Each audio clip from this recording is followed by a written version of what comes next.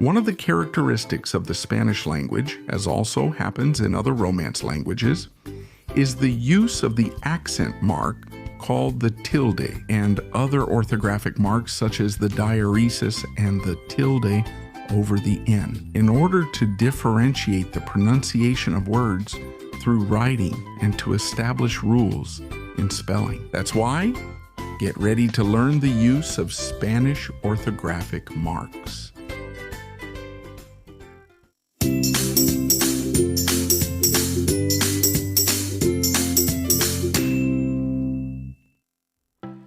The use of orthographic marks in Spanish dates back to the 15th century, since these did not exist in Latin except for the differentiation between long and short vowels.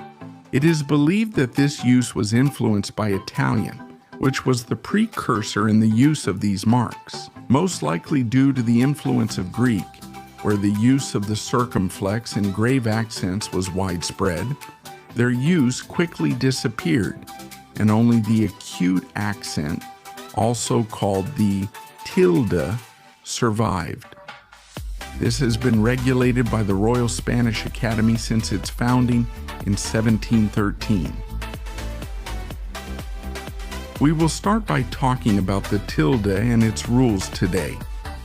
The tilde mainly has two uses. On one hand, it is used to indicate the stressed syllable of a word. That is, it indicates the syllable that has the greatest intensity in pronunciation, and it is done by placing an acute accent, which is a slanted line over the vowel of that syllable. Let's look at the basic rules of spelling for using the accent mark as an orthographic stress accent. According to the position of the stressed syllable, words can be divided into oxytone, paroxytone, proparoxytone, and superproparoxytone. An oxytone word is one that has the stress on the last syllable if the oxytone word ends in N, S, or a vowel. It will always have an accent mark, as in the case of canción, balón, ciprés, además, café, colibrí, etc. Otherwise, it will never have an accent mark, for example, reloj, salud, libertad, reptil, etc. A paroxytone or plain word is one that has the stressed accent on the second to last syllable, and the spelling rule is completely opposite to that of oxytone words, since words ending in N, S, or a vowel will not have an accent mark, as in the case of Poland, colon, lunes, atlas, ritmo, batala, etc. On the other hand, if they do not end in NS or a vowel, they will always have an accent mark. For example, cárcel, azúcar útil, lápiz, mártir, etc. A proparoxytone word is one that has the stressed syllable on the third to last syllable. And you should know that absolutely all proparoxytone words are written with an accent mark, such as the word esdrújula itself, famous, regimen, didactic, academic, comic, etc. Finally, an overproparoxytone word is one that has the stressed syllable before the antepenultimate syllable. And just like in the case of proparoxytone words, they always have an accent mark. As examples of these words, we have democratically, hardly, take it with you, tell it to me, etc. The second use of the accent mark in the Spanish language is to determine the diacritical accent of a word, especially a monosyllabic one, and its purpose is to differentiate the meaning of this word from another that is spelled exactly the same. As an example of the above, we have mass used as a comparative adverb and mass used as an adversative conjunction, which is a synonym for but. But, for example, the airplane is the safest means of transportation, and Carlos wanted to go to the church but not to pray. Another example of the use of the accent mark as a diacritical accent is in the case of si, which expresses affirmation or confirmation, and si, which is a conditional conjunction. For example, do you want to go to the park? Yes, I do, of course. And you won't be able to enter this university if you don't pass the entrance exam.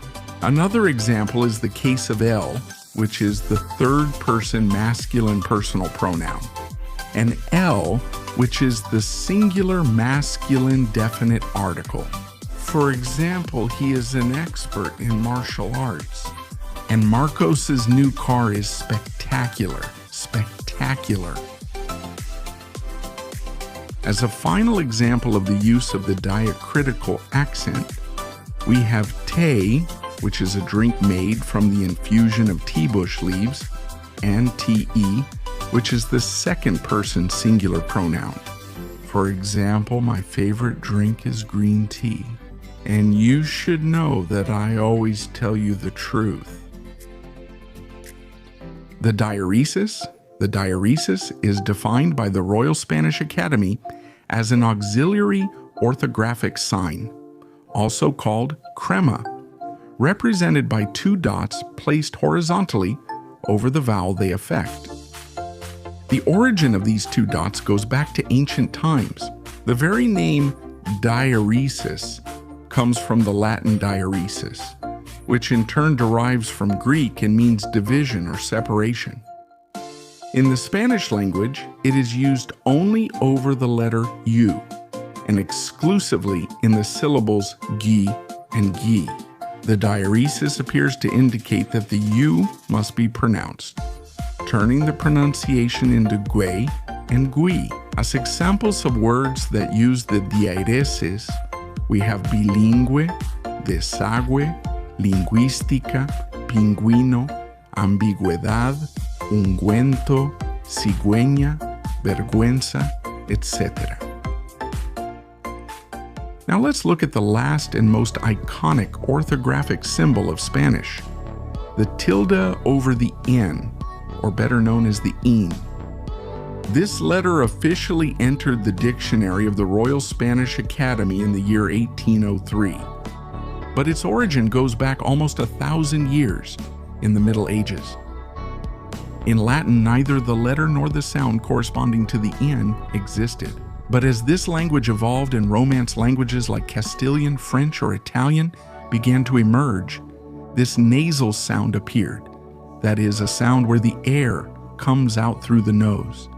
And palatal, which means that when pronouncing it, the back of the tongue presses against the palate.